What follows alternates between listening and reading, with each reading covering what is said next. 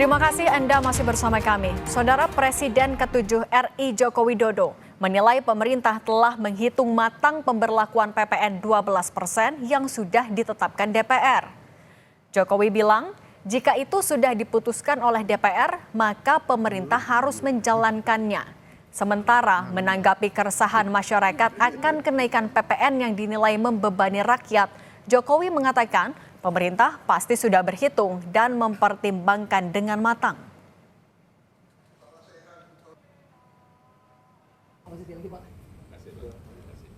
Kalau sudah diputuskan oleh DPR, ya pemerintah memang harus menjalankan. Tetapi sekali lagi saya kira pemerintah sudah berhitung dan melalui pertimbangan yang matang.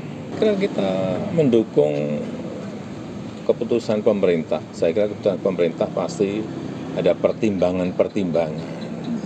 Dan itu kan juga amanat undang-undang yang harus dijalankan oleh pemerintah.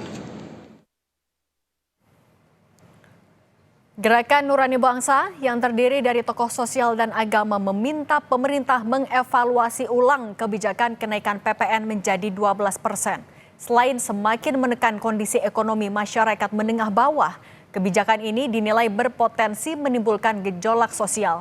Kebijakan ini berdampak luas dan memerlukan masukan dari masyarakat, akademisi hingga pelaku usaha.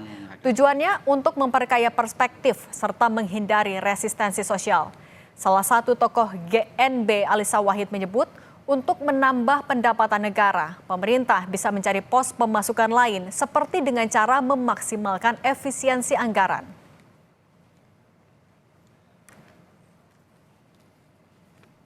Namun, kebijakan ini perlu ditinjau secara holistik agar tidak memberikan dampak yang kontraproduktif bagi perekonomian bangsa.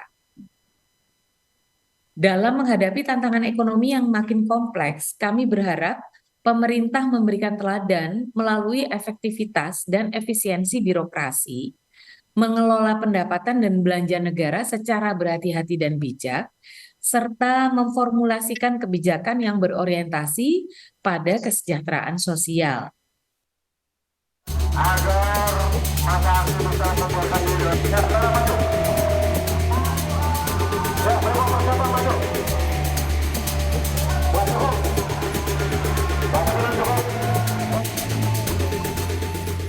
Mahasiswa yang tergabung dalam Badan Eksekutif Mahasiswa Seluruh Indonesia atau BEMSI menggelar aksi penolakan rencana kenaikan PPN 12% di Bundaran Patung Kuda, Jakarta Pusat. Masa menuntut agar Presiden Prabowo Subianto untuk membatalkan PPN 12% yang dinilai menyengsarakan rakyat. Tuntutan kita sederhana, cuma ada 3 dan betul-betul terfokus terhadap isu PPN ini. Yang pertama, kita mendesak Presiden untuk mengeluarkan Perpu yang membatalkan PPN 12%. Yang kedua, kita mendesak pemerintah untuk berhenti memeras rakyat. Begitu. Yang ketiga, kita mendesak pemerintah untuk mengoptimalkan dana dan pengelolaan APBN. Demo mahasiswa pada Sabtu kemarin berlangsung hingga malam hari dan dibubarkan oleh polisi. Tak hanya mahasiswa, demo dan petisi massa menolak PPN 12% juga dilakukan di depan istana pada 19 Desember lalu.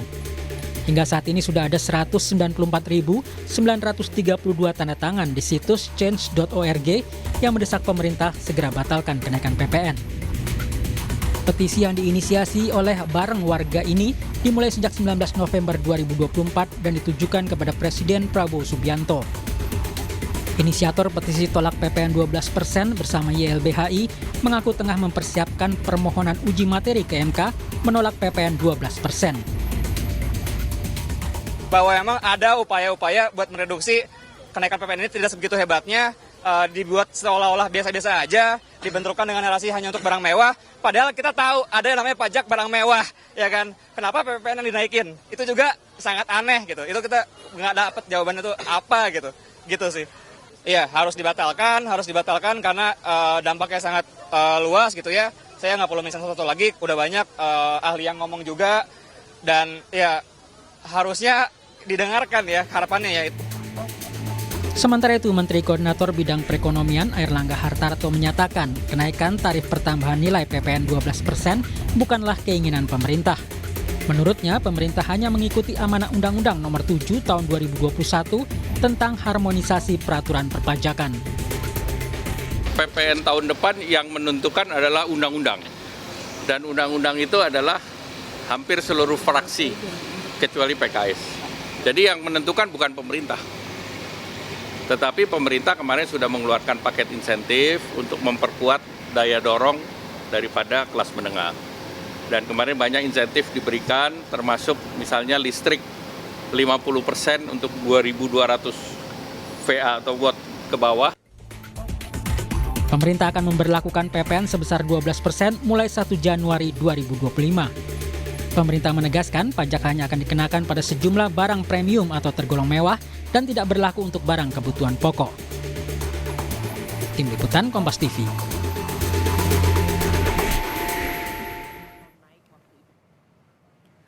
Soal tuntutan penolakan PPN 12% kami bahas bersama Koordinator Pusat BEM SI Satria Noval dan politisi Partai Gerindra Hendarsam Marantoko. Selamat petang semuanya.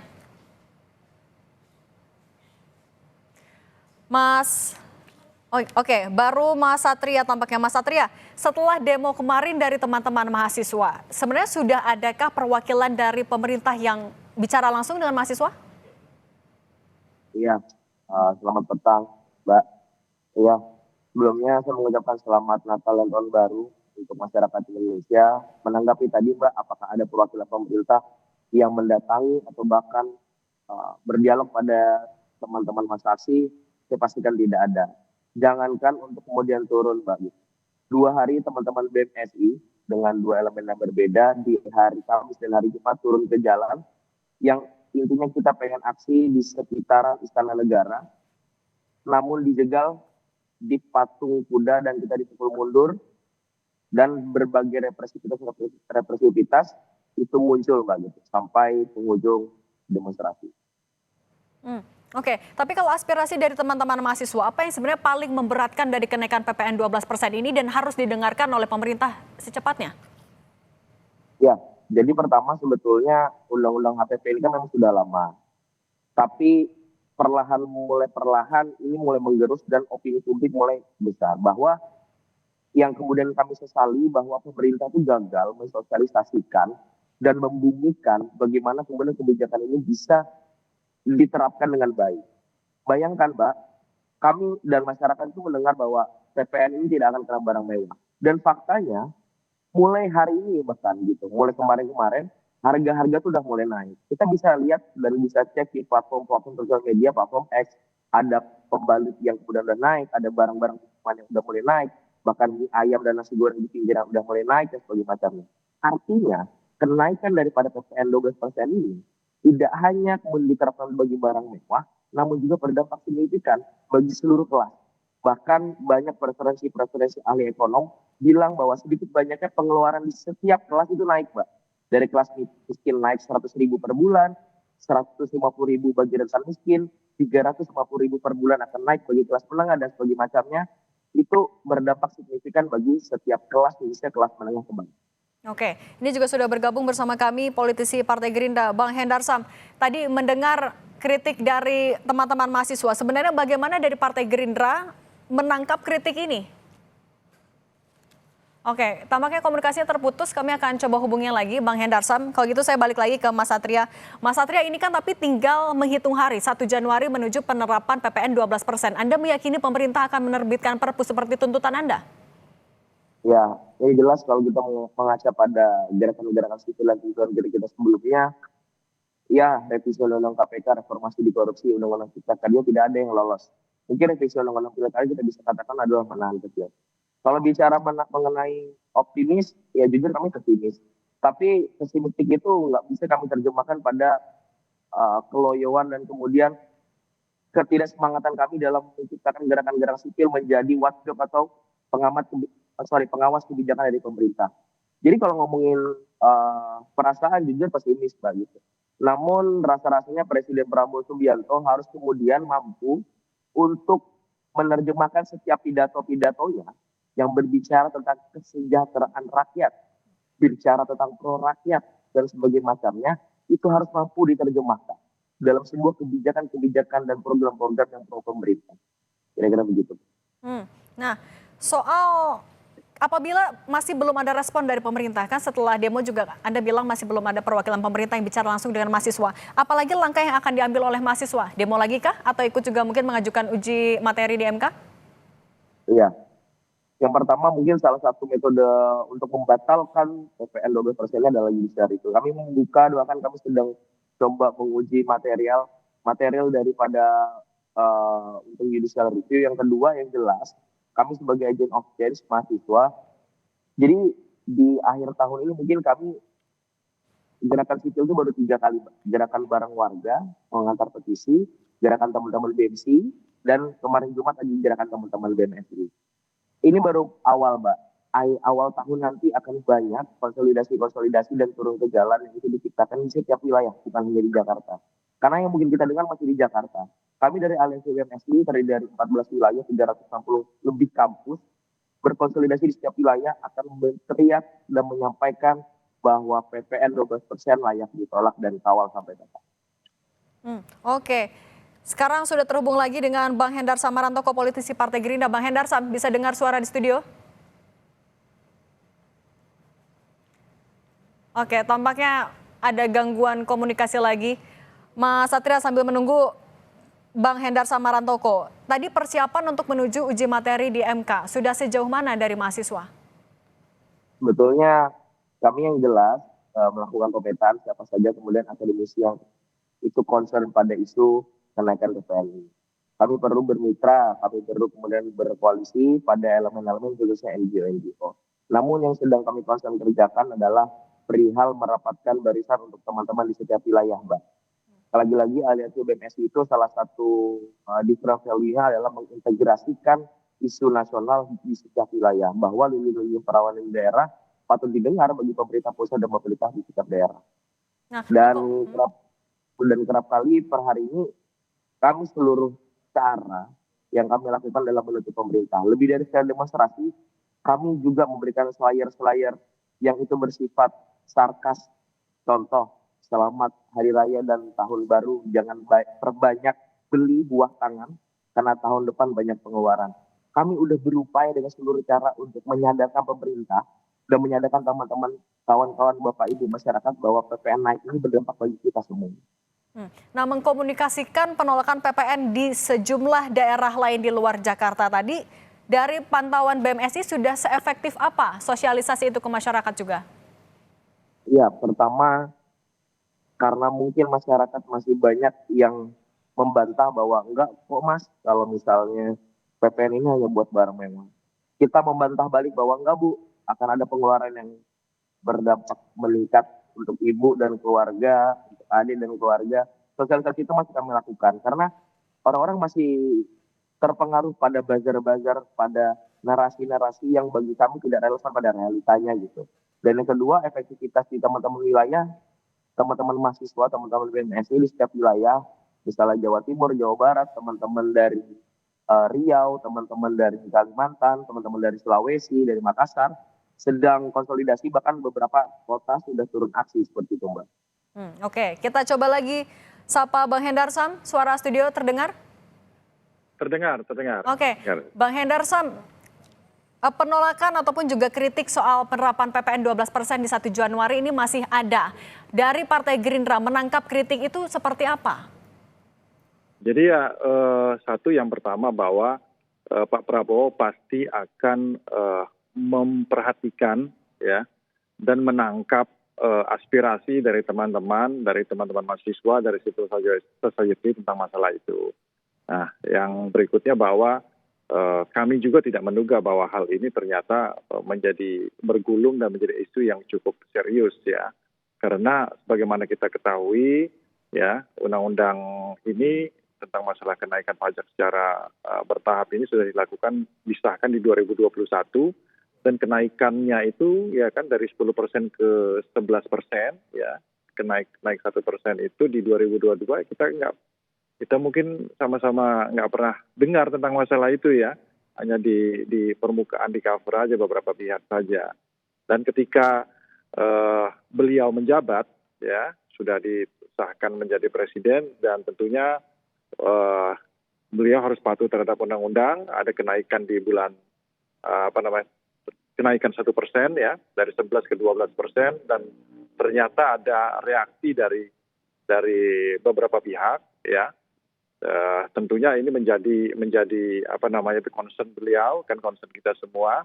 Kemudian ya langkah pertama dan di awal yang dilakukan adalah ini formulasi yang tepat dulu. Ya, formulasinya itu ya hanya mengenakan kenaikan PPN 1% tersebut. Bang Hendarsam, maaf saya potong. Tapi tadi Anda sempat bilang kalau sebenarnya tidak menduga juga soal adanya reaksi seperti ini. Tapi kan Gerindra juga dulu menyetujui, artinya ini harusnya masuk dalam pertimbangan yang matang. Iya, makanya kan gini, kita bilang tidak menduga hal tersebut sampai bergulung seperti ini, karena ketika di 2022 itu kenaikan 1% itu sudah dilakukan, nggak ada reaksi ya seperti ini gitu loh. Ya kan, itu yang pertama. Yang kedua, ya pada saat itu kan di zamannya Pak Jokowi kan, kemudian masuk kepada periode pemerintahan beliau menjalankan amanat dan harus patuh dan taat kepada undang-undang. Ya, dia jalankan, pemerintah jalankan itu gitu. Oke, nah kalau itu kan, kalau itu terbit saat pemerintahan Pak Jokowi, tapi sekarang di tangan Pak Presiden Prabowo, apakah ada opsi atau arah-arah Pak Prabowo akan menerbitkan Perpu? Ya tentunya kan kalau masalah formulasi itu dalam bentuk Perpu atau dalam bentuk yang lain harus dikaji lagi. Tentunya nanti beliau akan berkoordinasi dengan menteri terkait, ya Menteri Perekonomian, ya Menteri Keuangan untuk melihat bagaimana mencari formulasi yang tepat terhadap hal tersebut. Di samping undang-undangnya itu sendiri, yang penting niat baiknya pasti beliau tangkap. Pasti beliau tangkap bahwa ada sebagian ini dari masyarakat, ya aspirasi dari masyarakat yang harus dilihat. Nah, harus dilihat juga bahwa apakah dengan formulasi yang ada saat ini hanya mengenakan ke pajak barang-barang mewah ini dan tidak terkena langsung kepada masyarakat bawah, ini sudah cukup apa tidak kan gitu kan? Nah, kan kalau harusnya yang teriak kalau seperti ini kan yang teriak masyarakat menengah ke atas kan, bukan masyarakat menengah ke bawah kan. Oke, Bang Hendarsam, tapi kalau pemerintah mau memformulasikan dulu strategi berkoordinasi dengan menteri terkait, tapi kan berlakunya di 1 Januari, tinggal berapa hari lagi, bisakah koordinasi itu dilakukan dalam waktu dekat sebelum 1 Januari? Ya itulah yang harus dilihat juga kan, nanti kan Menteri Hukum harus dipanggil dan Dirjen Perundang-undangan harus dipanggil juga untuk dimintakan pertimbangan kan tentang masalah itu. Yang menjadi masalah kan mungkin ini kan udah kalau saya tidak salah mendengar dan membaca bahwa ini bagaimana formulasi ini bisa tepat karena udah harusnya kalaupun itu dilakukan masuk di era PBN di tahun berikutnya. Nah yang gini-gini kan sebenarnya yang harus dilihat bahwa negara kita juga kita dalam bernegara harus patuh dan taat kepada aturan yang ada, tanpa juga harus menyampingkan aspirasi dari berbagai elemen masyarakat. Nah, kemudian yang saya ambil contoh formulasi dan langkah progresif dari pemerintah pada saat ini dengan hanya mengenakan kepada pajak barang mewah saja ya untuk masyarakat menengah ke atas, itu kan langkah progresif sebenarnya. Yang uangnya juga kan nanti kembali kepada masyarakat ya, kembali kepada masyarakat dan tentunya masyarakat kecil. Nah, ini harus kita lihat.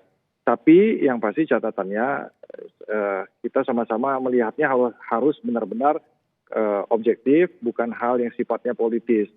Nah itu yang paling penting ya kan. Karena kalau yang kemarin-kemarin kan kalau kita lihat kan politis kan gitu loh, ya kan, diajukan oleh PDIP, sedangkan dari PDIP sendiri adalah partai yang menginisiasi tentang hal tersebut.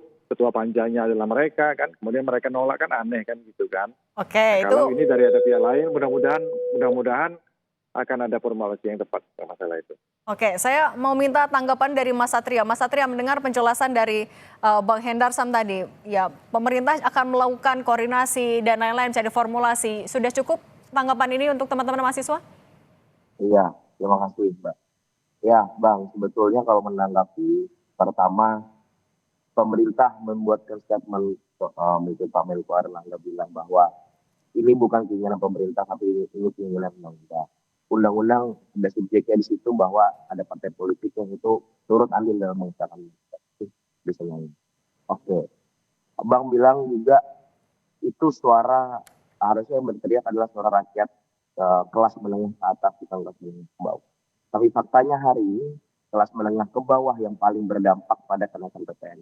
Yang kedua, siapapun orang dan kelas manapun itu adalah bagian daripada suara rakyat yang perlu direspon baik gitu oleh pemerintah, Bang. Kalau tanggapan saya yang dijelaskan kedua adalah jika dari pemerintah bicara tentang PPN naik ini akan dikembalikan kepada masyarakat, background saya ini bicara bahwa menarik pajak tanpa timbal balik untuk rakyat adalah sebuah kejahatan. Ini saya barengi dengan argumentasi bahwa berapa banyak program-program kebijakan pemerintah yang tidak akurat. Beberapa bantuan sosial yang tidak akurat, penggemukan yang ada di kabinet merah putih hari ini menjadi kritik, dan pengelolaan APBN yang tidak efektif dan tidak efisien itu menjadi catatan penting gitu. Bagi kami melihat bahwa jangan dulu kita naikin PPN sebelum pengelolaan APBN itu berjalan dengan maksimal. Berapa banyak gitu program tidak akurat gitu, sehingga sangat bias dan itu cenderung hanya menenangkan masyarakat gitu bahwa ini akan kembali ke masyarakat, akan ada ini segala macam. Toh program insentif itu pun hanya berlaku Januari dan Februari dan hanya beberapa bulan di awal tahun. Setelah itu bagaimana gitu? Oke, Bang Hendarsam, terakhir singkat saja, mendengar masih adanya kritik soal penerapan PPN 12% di 1 Januari 2025. Anda bisa pastikan Pak Prabowo akan mendengarkan ini, mencari solusi jalan tengahnya? Singkat saja, Bang. Ya, pasti itu, pasti dilakukan, pasti. Kemarin kan tanpa sebenarnya ya bergulir terlalu jauh seperti ini juga, di langkah pertama yang beliau lakukan kan sudah ada dengan memberikan formulasi jalan tengahnya dikenakan kepada pajak barang-barang mewah saja. Nah, apakah ini nanti masih bisa di adjustment lagi, di treatment lagi, sehingga oleh karena itu ada jalan keluar lain daripada ini, tentunya beliau harus berkoordinasi juga dengan Menteri Keuangan, Menteri Perekonomian dan Menko-Menko yang lain kan gitu, seperti itu, sehingga didapatkan formulasi yang tepat untuk itu. Oke, baik. Mas Satria Noval, Koordinator Pusat BMSI, dan Bang Hendarsam Marantoko, politisi Partai Gerindra, terima kasih sudah berbagi di Kompas Petang. Sehat selalu semuanya. Iya, selamat. Terima kasih.